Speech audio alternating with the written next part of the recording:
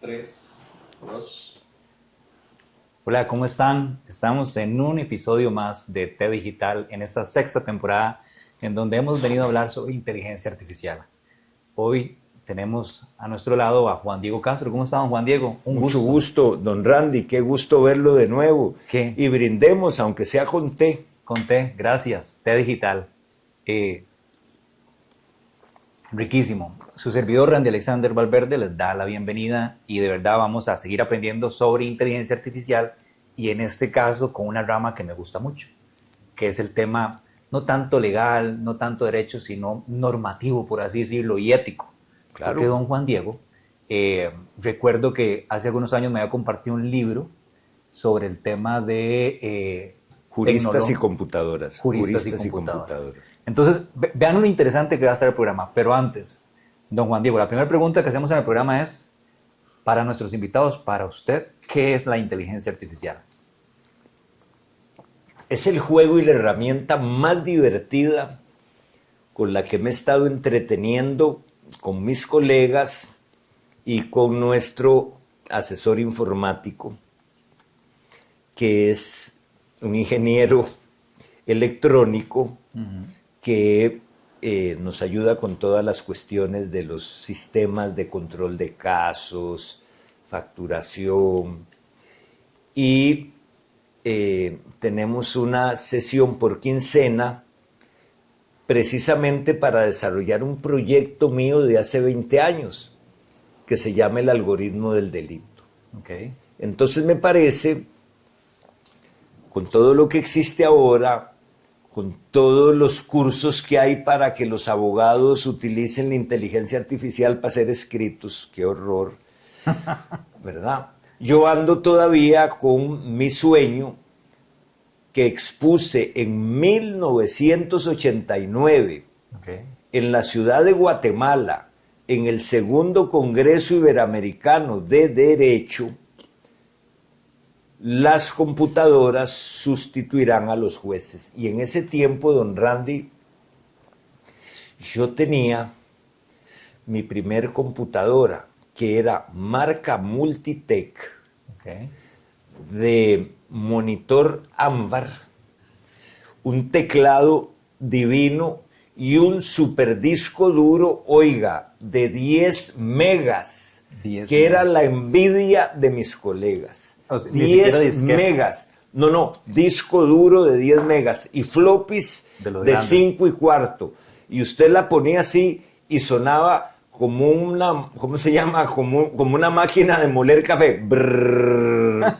Y cuando jueces, colegas, fiscales, amigos, llegaban a ver el aparato, donde con una impresora paralela, que todavía tengo yo, que era una máquina de escribir de Margarita, Olimpia, porque estábamos empezando, entonces yo hacía los escritos a máquina, la conectaba a mi Commodore 64, ahí empecé, después tuve la Multitech, que ya era un monstruo. En ese año es donde yo digo, esto es la maravilla del siglo. No había internet, no había correo electrónico y jamás nos imaginábamos en inteligencia artificial. De hecho, tuve unos clientes muy buenos que tenían las oficinas en Punta Arenas y como requisito para contratarme yo debía tener fax. Y el fax lo alquilaba Raxa, no me acuerdo por cuánto era, creo que eran 500 colones al mes, que incluía los rollos de papel térmico. Ellos te daban la máquina. La máquina alquilada con una canastita y el rollo de papel térmico donde iban cayendo, porque eso tenía como una guillotinita, entonces era cada hoja, iba cayendo. Y tuve un cliente que tenía oficinas en los Estados Unidos, me parece que era en la Florida, y también como requisito me puso que yo tuviera un teletipo. Entonces yo he tenido una relación con la tecnología muy linda. Ese teletipo era muy bonito, no sé si usted supo cómo era. Era una máquina enorme, un aparato gigantesco que también alquilaba Raxa. Entonces usted pagaba por minuto eso.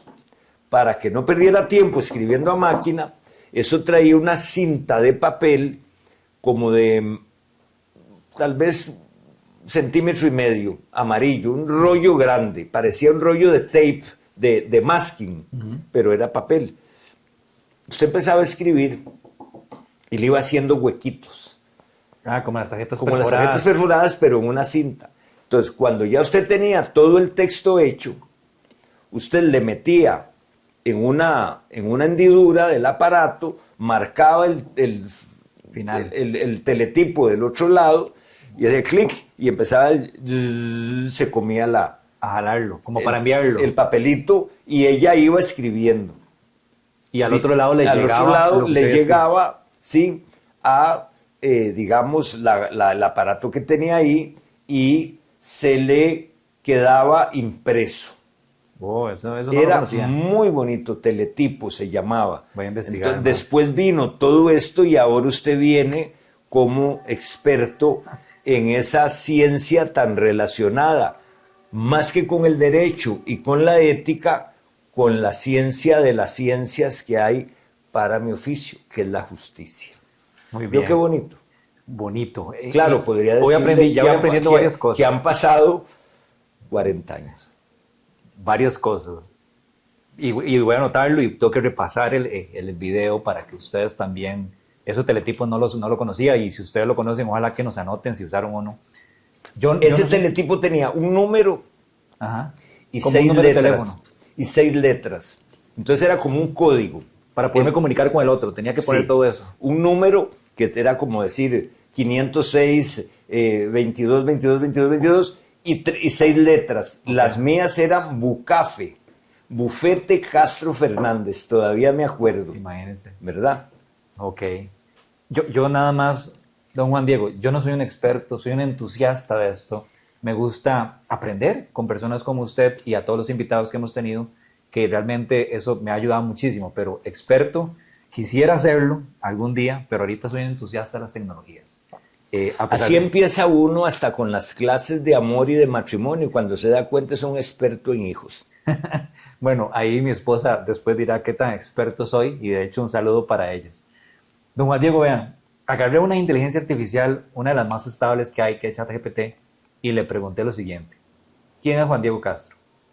¿Quiere que le lea la respuesta? Y yo me la juego con usted, don Randy. Dice, Juan Diego Castro es un abogado, político y consultor costarricense conocido por su estilo confrontativo y sus posturas conservadoras. Fue ministro de Seguridad Pública y de Justicia en los años 90 durante el gobierno de José María Figueres Olsen. También fue candidato presidencial en las elecciones del 2018 por el Partido Integral Nacional PIN, donde ganó notoriedad por su retórica populista. Critica a los medios de comunicación y fuerte discurso contra la corrupción.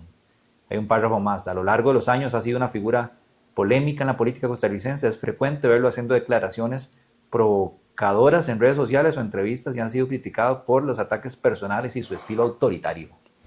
¿Qué tal? Bueno, sabemos bien lo que he aprendido en estos meses, que la señora inteligencia artificial se inmiscuye por todo Todos los el medios. ciberespacio, Ajá. saca, y pobrecita la debe haber contaminado un poco la prensa canalla, porque usa algunas expresiones propias de De ellos. esos medios canallas que jamás en su programa les vamos a hacer propaganda. Muy bien. Cierto, he tenido la gran suerte de ser abogado desde hace 46 años, de ocupar, yo diría que sin proponérmelo, cargos que me enseñaron mucho, como el de ministro de Seguridad Pública, ministro de Gobernación, ministro de Justicia y Gracia. Ok. Ahora se llama Justicia y Paz. Muy bien. Y también tuve la suerte de ser presidente del Colegio de Abogados y la buena suerte de ser candidato por un partido que es para escribir una novela de terror que tiene un nombre tecnológico, PIN, PIN. el hacer PIN. Solo Y le faltó la G. Sí, y si el PIN hubiera ganado, hubiese tenido una expresión, digamos, un poco procaz, PIN ganó, pero no ganamos por culpa del PIN. Sí, muy bien. Entonces, pero ve qué interesante. Nos dimos cuenta, y es parte de lo que hemos hablado en esta sexta temporada, y la responsabilidad ha sido como el eslogan. La inteligencia artificial nos dio una respuesta no 100% correcta, y entonces ahí es donde nosotros responsablemente tenemos que tomar lo verídico, lo que nos interesa, y ahora sí, continuar. Ahora, desde el punto de vista legal, ¿cómo podemos ver a las inteligencias artificiales, digamos, en su entorno? Yo lo dividiría partiendo de mi primer librito, Ajá. que yo creo que le entregué alguno de los últimos ejemplares. Ese libro llamóse Juristas y Computadoras. Okay. Y yo lo publiqué en 1991. Vea qué horror. Y yo ahí planteaba las áreas de la informática jurídica. Y vea qué curioso, cómo ya, no en el 91, en los 80s, en Italia y en Argentina habían grandes desarrollos de la informática jurídica. Entonces teníamos 3 ramas. Okay. Y ahora usted va a ver cómo desde entonces ya teníamos la rama a la que corresponde la inteligencia artificial, que es informática jurídica documental, Muy bien. informática jurídica de gestión e informática jurídica decisional. Y en el año 86 yo tuve la suerte, que era como una premonición, porque ese curso empezaba en los primeros días de, por ahí del 10 de mayo del 86. Y Dios me quiso sacar aquí porque ahí empezaba la era más nefasta de este país, el primer gobierno de Óscar Arias. Entonces estuve 6 semanas en España, en lugares preciosos como Madrid, Alicante y uno que era muy conocido aquí en la época de cuando usted era chiquito y se hablaba de fútbol, como siempre, que se llamaba Albacete. Claro. En Albacete yo llevé un curso de una semana de COBOL para abogados. No sé si en su época se estudiaba COBOL. Era un Pascal, lenguaje de programación. Pero todavía se usa COBOL. Bueno, oiga, COBOL para abogados en la Universidad de Albacete. De Albacete recuerdo el vino y las tiendas llenas de cuchillas, puñales y espadas que me fascinan. Y después llegó Gabelo Conejo a jugar con Albacete. Ahí nos llevaron a la Universidad Complutense de Madrid, donde un juez que en aquel tiempo decían estaba chiflado, con una impresora de este vuelo, de papel gigantesco, con papel continuo, con puntitos, con una máquina gigante, y él había desarrollado un programa para casos de tránsito, imponer multas de manera automática. Pero no era inteligencia artificial, sino que usted iba poniendo, ¿cómo se llama el chofer? Bueno, Randy Valverde. ¿Qué licencia tiene? ¿Dónde fueron los hechos? ¿Qué hizo? Y estaba todo programado para que la máquina al final dijera, sí, infringió el artículo 14, inciso 2 de la ley de tránsito, y como nada lo justifica lo que hizo, la multa es tanto. Vea, hace 40 años. Por eso el área de jurisprudencia decisación, ¿cómo es? No, informática decisional. Y informática jurídica decisional. Son unos nombres que son raros por culpa de los informáticos, no de los abogados. Pero ya en el 86 él había hecho ese software. Ese software para calcular si la gente había infringido la ley de tránsito y cuánto era la multa. Ahora imagínense, en ese año 86, yo llevaba mi proyecto, que es el algoritmo del delito, un flujograma que también usted conoce y algunas cosas hicimos en algún momento, que es para determinar si una persona es culpable o inocente. Y es todo el recorrido que debemos hacer, no en un programa de inteligencia artificial, sino en un programa de informática jurídica decisional que vaya descartando todos los pasos para saber si esa conducta hay una acción criminal, si es típica, que está establecida en un delito, si es antijurídica, que contraría el ordenamiento jurídico y no hay causas de justificación, si es culpable, que la persona tuvo la intención o el descuido y se causó un resultado, y si es punible, o sea, si se le debe poner una pena. Ahora, en nuestros experimentos, nosotros estamos con un bichito que se llama copilot. Copilot. Copilot, Sí. Bueno, copiloto. Copiloto está bien, es en español. Copilot. Ajá. Y es súper divertido. Para mí, le digo lo que le contesté al arranque. Nunca me he entretenido tanto con todo lo que está pasando, que me emociona muchísimo, porque yo estoy seguro, ya los rusos desde hace años están trabajando en una de sus universidades en un juez robot. En un juez robot. Y creo que empezaron a trabajar antes de la inteligencia artificial en la web.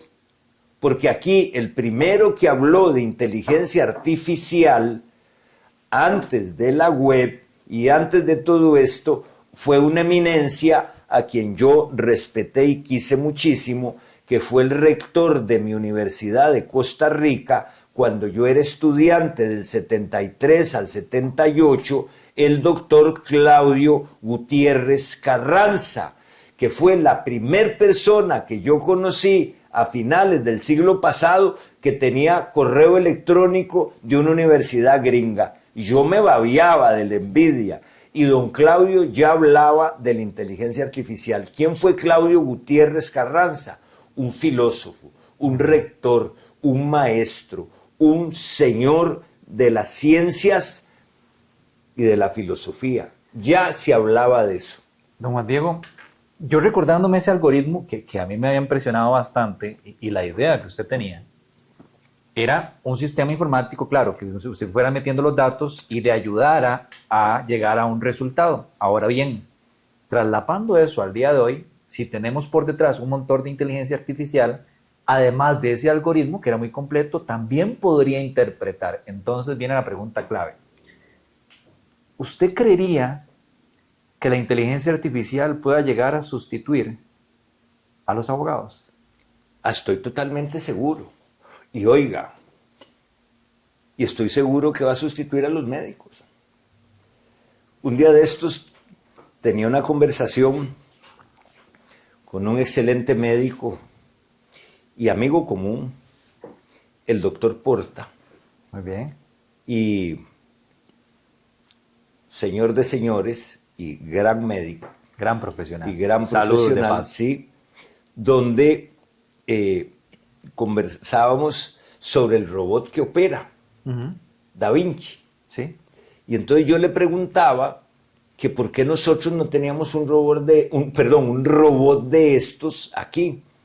Y él me dice, la única razón que yo veo es que no hemos tomado la decisión porque tiene unos costos de mantenimiento como de $300,000 al mes.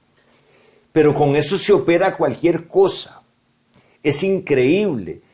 Por supuesto que ahí está el cirujano como jugando con joysticks, ¿verdad? Y aquella maravilla sin el sangrerío, sin los, digamos, secuelas o riesgos, etcétera, etcétera, etcétera. Si nosotros llevamos esto para que un juez determine si la persona a la que se le está investigando por un delito de homicidio va a ser culpable o inocente, ese esquema nuestro del algoritmo simplemente va a estar conectado a ese motor que le da la inteligencia artificial para que me vaya buscando qué cosas. Pongamos un ejemplo. Lo primero que me va a preguntar el algoritmo a usted es su edad. Porque en nuestro país, un ser humano de menos de 12 años no es sujeto de derecho penal. Okay. Por eso es una cosa muy peligrosa. con todo el tema del crimen en general y especialmente el crimen organizado. Usar chiquitos de menos de 12 años como sicarios. Entonces no pueden ser juzgados. Si usted le pone la fecha de nacimiento, la máquina automáticamente le dice, no es sujeto de derecho penal, pues se acabó. Entre 12 y 15 hay un rango y entre 15 y 18 hay otro rango con algunas características, pero sí responden penalmente. Muy bien. Después de los 18, usted ya es sujeto de derecho penal. Entonces le va a ir preguntando qué fue lo que usted hizo. Y para no hacer cansón el asunto, lo primero que le va a preguntar es cómo participó ese delincuente, si lo hizo como autor, autor mediato, cómplice, instigador. Ahí serían 4 bifurcaciones. Ahí usted tiene, es autor, que no se nos olvide, coautor, autor mediato, cómplice e instigador. El algoritmo lo pone al revés. Instigador, cómplice, autor mediato, coautor y autor. Porque se va diciendo, no, y necesariamente si los primeros 4 fueron no, el rombo con la flechita en el flujograma, le va a decir entonces si es autor. ¿Por qué? Porque todos los delitos son de autor. El que matare a otro, el que violare tal. Okay. Entonces, ¿qué es el cómplice? El que le ayuda. ¿Qué es el coautor? El que lo hace con él. No que le ayuda, es que si no hay dos no se puede hacer. Okay. ¿Qué es el autor mediato? Vea qué bonito el juego. Cuando le pregunte qué es ese autor mediato, la autoría mediata se da cuando un sujeto utiliza a un enfermo mental o a un retrasado mental. El enfermo mental y el retrasado mental no son sujetos de derecho penal, no van a ir a la cárcel. Entiendo. Aunque cometan cualquier crimen, van a tener una medida de seguridad y los mandan allá detrás de la malla en el asilo Chapuí.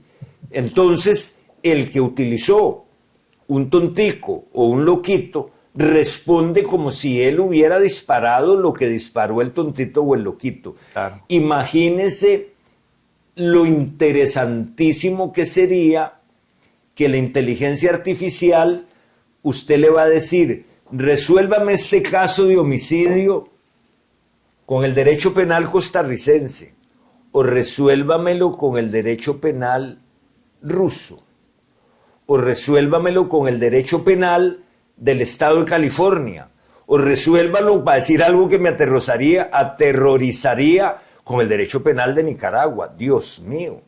Pero como está la información toda en la web, la inmediatez, la máquina podría llegar a decir aquí. Y a eso súmele otras cosas más lindas, como toda el análisis del comportamiento no verbal, de cómo reacciona el testigo cuando está declarando, si está mintiendo o no está mintiendo. O sea, yo me emociono. Y me emociona mucho saber que casi a punto de cumplir mis bodas de oro como abogado, voy a ver el día en que un robot diga, esto es justicia.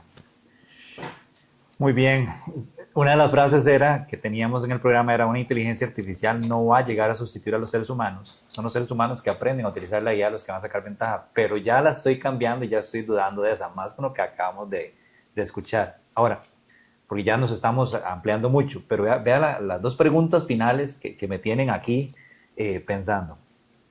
El tema ético de la IA o el tema de legislación, porque la Unión Europea ya tiene un primer paso y muy bueno, pero en Latinoamérica, para hablar de Costa Rica, nos ha costado muchísimo. Nos costó con la ley de protección de datos, nos costó, digamos, ahorita en la Asamblea la ley de ciberseguridad. Con la inteligencia artificial, yo lo veo muy lejano, pero usted que es el experto. No, yo podría aceptar su muestra de cariño de decirme experto, pero en derecho penal. Ajá. Y en una rama del derecho penal, porque cuando usted me habla de ética, yo puedo decir que en estos 4 decenios y medio yo nunca he defendido agresores, prestamistas, agresores sexuales, crimen organizado, ni corruptos. Okay. ¿Por qué? Porque es una decisión ética que yo tomé. Pero cuando nosotros llevamos la profesión del derecho a las reglas éticas de nuestro código de moral profesional, hay una serie de aspectos que yo debo cumplir. Entonces, va a resultar al final, si nosotros decimos, ¿será ético que una máquina? Porque uno se imaginaba un aparato, un robot hablando, culpable, inocente. No. Una nube. Sí, ahora es algo que no está, que es el desarrollo del derecho que es tan bonito. Vea que el documento más antiguo de carácter jurídico que nosotros tenemos, resguardado en el Museo del Louvre de hace 32, 33 siglos, es el Código de Hammurabi. Y en el Código de Hammurabi hay reglas de orden religioso y jurídico. Por ejemplo, la malpraxis estaba regulada en el Código de Hammurabi y decía que si un médico atendía a un soldado herido y el soldado perdía el brazo, le cortaban el brazo al médico. Entonces, en esos 33 siglos, claro, esa era la ley del talión, que era muy linda también, ojo por ojo, diente por diente, sangre por sangre. Okay. Ahí vienen muchas cosas, pero nos vamos entonces al paso que da del lenguaje cuneiforme, en esa piedra de basalto, nos vamos a los primeros que hicieron la imprenta, que no fue el genio Gutenberg, no, fueron los chinos. Ajá. Y después vino Gutenberg, y vino el libro. ¿Y qué hizo el libro con el derecho? Otro genio, le guste o no le guste, Napoleón agarró el código Napoleón civil y penal y dice, ahora la ley está en libros para que el pueblo lo tenga. Después viene el gran salto. Ahora la ley está en bases de datos. Y ahora viene el salto gigantesco. La ley está en la web. Y si yo quiero saber, en la nube. Y si yo quiero saber qué pasó en 33 siglos de un tuco de basalto a esa nube que no la puedo tocar, pero que puede darme mucha información y ayudarme a tomar decisiones. Lo lindo de todo esto es en qué momento las decisiones las va a tomar la nube. Sí. Hermosísimo. Estamos lejos de legislar eso. ¿Qué? Aquí es que todo depende, porque si usted me dice en este momento a 11 meses de que termine esta legislatura, que ojalá vuelen, no veo posible. Primero, va a ser muy difícil que haya... Y además el proyecto del fondo es... y que hayan curules interesadas en este tema, porque me lleva a otra cosa, don Randy.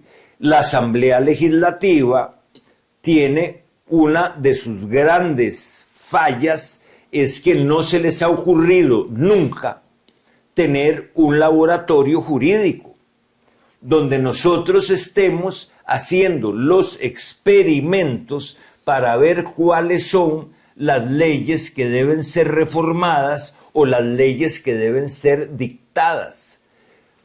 Hace muchos años, en mis cursos de introducción al derecho, en el 74, leíamos perfectamente el texto que teníamos que estudiar en los primeros meses y decía, no es un buen jurista el abogado que no propone proyectos de ley ferenda. Oiga qué bonito, proyectos de ley ferenda, de las leyes que deben ser.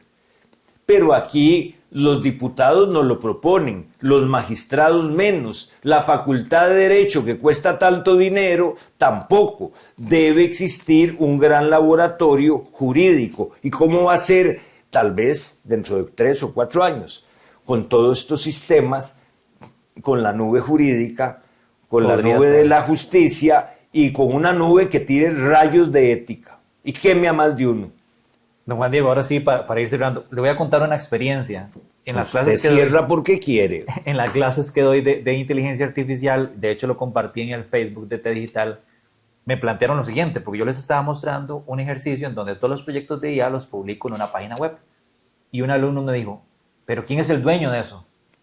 Ojo, la inteligencia artificial me había ayudado a desarrollar la página web y todos los proyectos. Entonces yo me quedé tambaleando y yo dije, vea, yo creería que yo, porque yo soy el autor intelectual, pero no sé si me podrían llegar a reclamar una inteligencia artificial por el tema. Lo planteé en Facebook y un colega experto, a quien envío saludos, me dijo, mira, es que la inteligencia artificial es una herramienta, es como utilizar el Visual Studio. Visual Studio, para los que sabemos de programación o los que programan, es una herramienta que te permite llegar a crear algo. La inteligencia artificial también. Pero yo quisiera que usted me dilucide eso y me diga si de verdad solo es una herramienta o en algún momento algún dueño o alguna compañía me va a decir, mira, es que todo lo que creamos con IA tienes que pagarnos algo.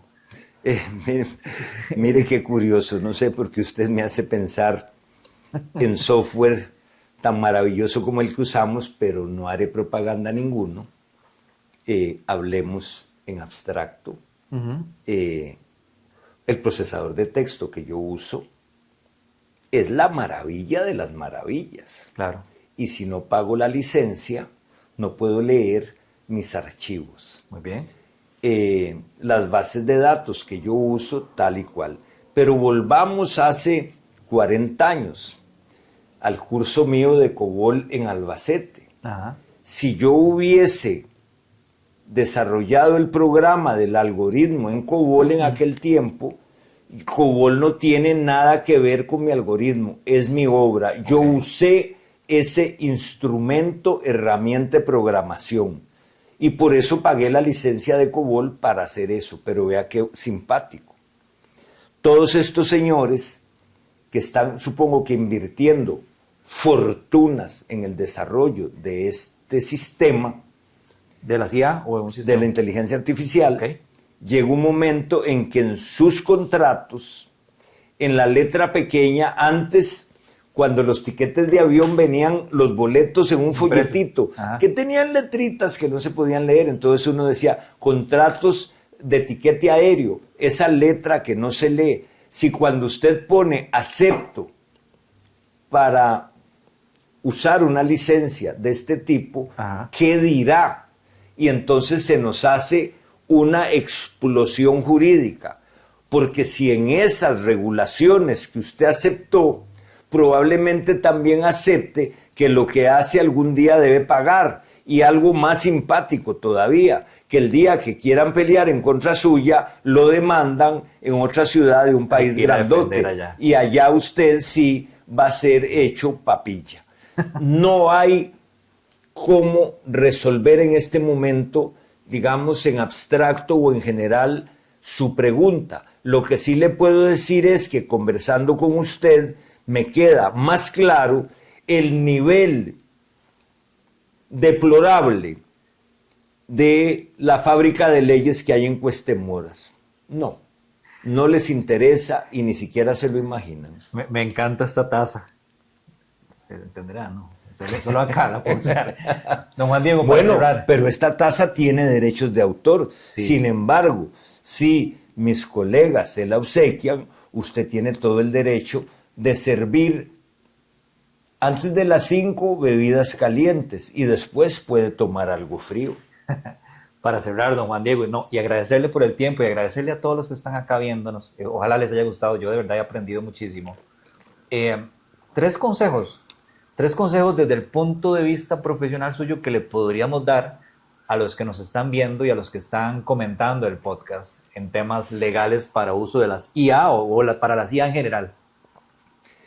Yo creo que el primer consejo, especialmente para los muchachos de mi generación, los jóvenes, para los jóvenes que estamos a punto de iniciar la octava década, es que no titubeen en inmiscuirse en este mundo maravilloso de los grandes avances tecnológicos, porque o se tiran al agua o se van a quedar secos. Ok, primer consejo.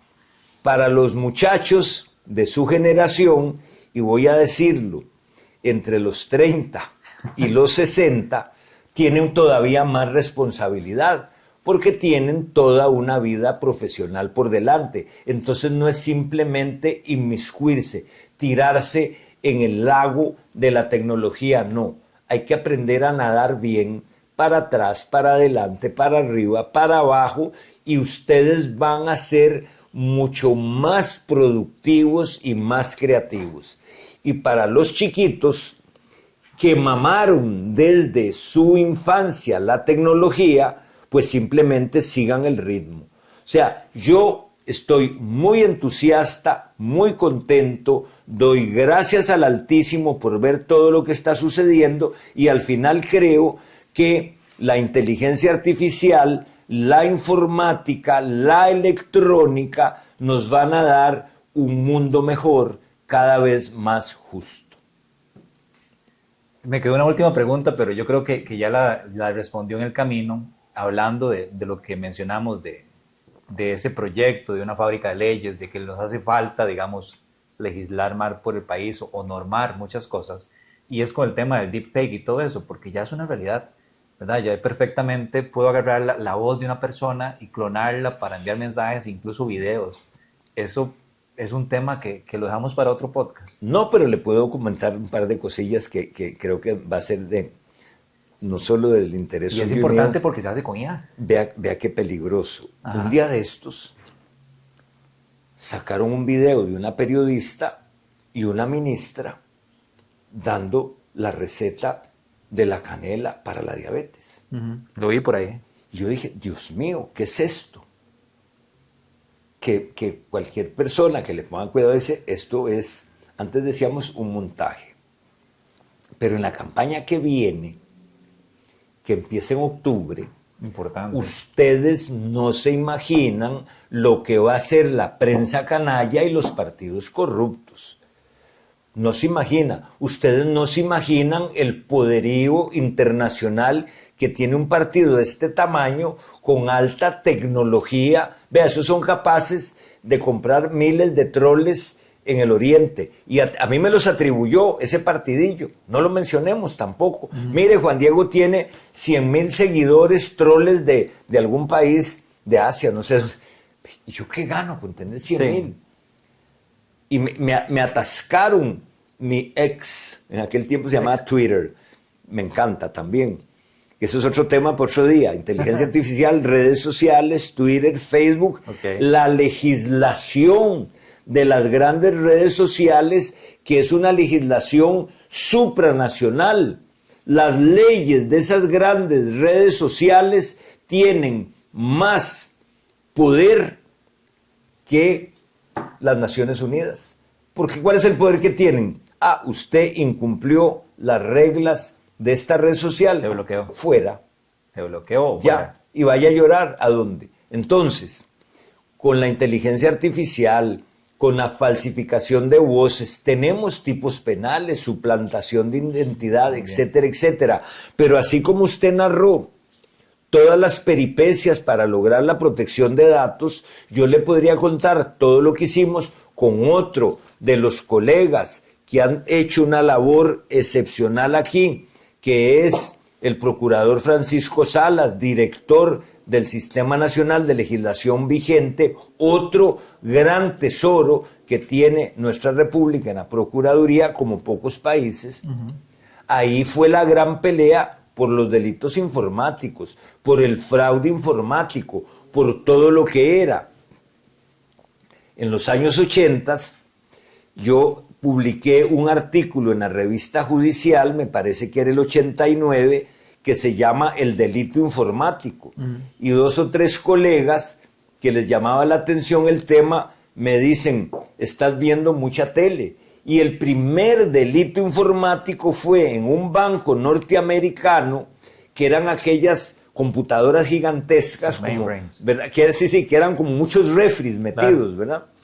Entonces, el password para poner a operar todo el sistema de control de cuentas corrientes de miles de clientes de ese banco, lo apuntaban en una pizarra con tiza, hasta que llegó un travieso y dice, mira, qué vacilón, en todas estas cuentas, después del punto, nosotros usamos coma, 0, 1, hay muchos decimales, por los intereses automáticos y eso. Entonces él descubrió el primer delito informático, que se llamaba Salam Technique, creo que del francés, no me haga caso porque yo hablo bien español. ¿Qué era el Salam Technique? Que agarraban del segundo decimal, después del punto, todos los centavitos a una cuenta que inventó la persona. No, pero es que tenía un nombre, porque aquí en el Banco Crédito Agrícola hicieron lo mismo, años después, el operador de la computadora. Sí, se lo lleva. Sí, entonces, eso es muy famoso. Ese chorro de centavitos eran millones de dólares. Entonces, si eso acaecía en los 80, ya hay países en donde todas estas discusiones del uso indebido de la inteligencia artificial, y ahí nos vamos a otro tema que me apasiona, que son los delitos contra el honor. ¿Y a quién acusa usted? Ponen mi voz diciendo que, no sé, que fulano de tal es un tal por cual. Yo tuve un caso hace muchos años de un cliente mío que contrató a un experto en determinar si era la voz o no de un extorsionista. Ese señor era de apellido Constenla, era un experto en eso en los 90s. Ahora existirá el software para decir si esa voz es de inteligencia artificial o es la verdadera. Vea, no tiene límites, porque esa convergencia, esa intersección entre las bolitas del derecho y la informática, incluida toda la cuestión de la inteligencia artificial, es infinita y apasionante. Sin duda. Agradecerle, don Juan Diego. Creo que si vuelvo a hacer otro tema, nos extendemos y realmente mejor dejarlo para otra sesión. Agradecerle por su tiempo, agradecerle por el espacio. Que no crean que estoy utilizando deepfake y trae a otra persona. No, es Juan Diego Castro, ¿verdad? El que un experto. Bueno, pero no es casualidad, Randy, que nos reunamos en esta sala. Ajá. Esas espadas son de verdad también. Sí. De verdad. Gracias, don Juan Todo Diego. cariño y mis Gracias respetos. a ustedes. De verdad, comenten si hay más preguntas. Ojalá que después nos brinde un espacio y vemos esas siguientes. Definitivamente la inteligencia artificial nos queda mucho por aprender, así que sigan viendo el podcast. Nuevamente, gracias. Buenos días, buenas tardes, buenas noches y no se olviden de suscribirse y darle me gusta.